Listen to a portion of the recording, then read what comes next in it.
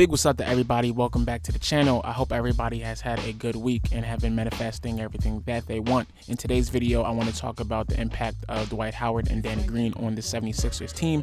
I know it's very fashionable to be on the trade Danny, trade Dwight bandwagon train. Not to say that some of your concerns aren't warranted, but what if I told you that these two men are having a large, huge impact on the Sixers that many cannot see with the naked eye? And what if I told you that the best is yet to come? Let's take a trip. So as we all know, these two vets came from the Lakers in the offseason. Dwight Howard was signed to a one-year deal during free agency, and Danny Green was acquired via trade, where we had to give up one of our most esteemed pieces, I only scored 5 points in the playoffs, Horford. So looking at the individual stats, since we are a number cruncher society, their individual stats aren't really going to pop out to you. Danny Green is currently averaging 8.7 points, shooting 40.1% from the field and 37.5% from the three-point line, which is above NBA average. He currently is averaging 1.1 steals per game, which is tied for 40th in the league, which is giving the team some value. A lot of his best days are behind him, but he is still a competent defender, at least with the eye test. Moving on to Dwight Howard, he is currently averaging 5.9 points and 7.8 boards. And at this point in the experiment, we can confidently say he is the best backup center that Joel Embiid has ever had. Mr. Howard is getting his money worth on the boards, where he's tied for 30th in rebounds in the league, specifically 17th in offensive rebounding, which is very good. Top 20 for our backup center. That's a dream come true, especially considering that we used to have Norvell Powell and Amir Johnson backing up the big man.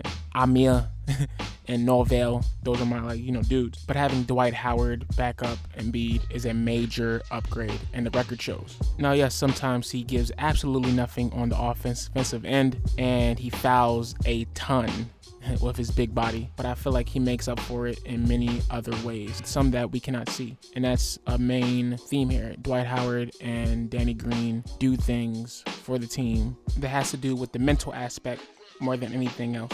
So of the many intangible things that these two vets have brought from the Los Angeles Lakers, the most important in my book would be experience and leadership. You can look no further for these points than earlier in the season when the 76ers played the Denver Nuggets. When we were only down to 7 players because of the COVID protocols. Dwight Howard and Danny Green led that team the whole game. Now, yes, we did not win, but a major reason why we were in that game to begin with, other than Tyrese Maxey dropping 39 points, is because these two held the squad down. It really says something when a team comprised of rookies, G leaguers, and vets years out of their prime can hold their own against a powerhouse in Denver. We can also speak to the sense of an increased accountability that has emerged around the team this year. We see Danny Green calling out certain players, Ben, about not being aggressive and shooting more. You have seen the results recently, Ben dropping 42 points and saying that he is having a change in mindset.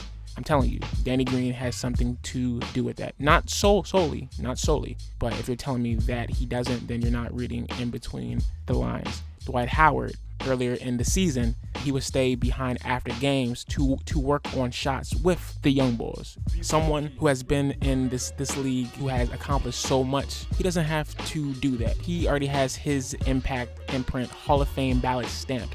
He could just chill, make his bread, go home, and try to win a chip. But no, he actually cares. He wants everyone to get better around him. That is quality leadership.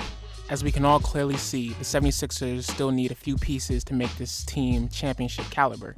The team does need a stretch four for the bench. But with that being said, I would still not give up Dwight Howard right now. I mean, what other big man with presence are you going to get this late in the season that can put this team over the top? And I mean, for the most part, Dwight Howard isn't the one that is losing you games. We have to understand that Danny Green's impact has more so to do with his defense than offense. I know we all love 40-foot shots, and I mean, Danny Green should be hitting more of his three-point attempts, but you got to give him somewhat of a slack. He is shooting above average this season.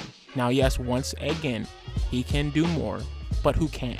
How is he contributing to the success of this team? He is an above average defender and is a slightly above average shooter, which is what we need. He is key with the ball movement on this team, which is a very underrated part of his game. But he makes good reads, which is important in an offense which runs around a point forward and a center.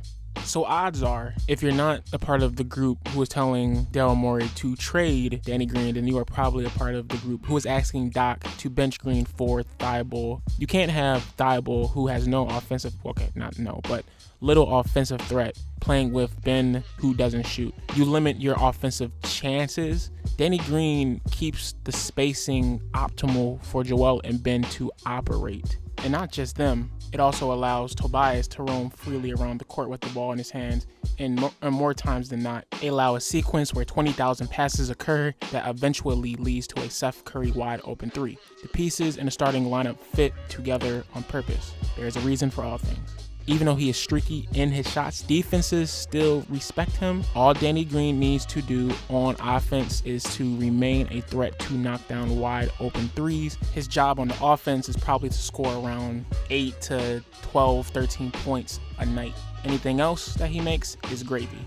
There is a reason why Danny Green has been a rotation player on the last 2 championships, because he fills this type of role to a T.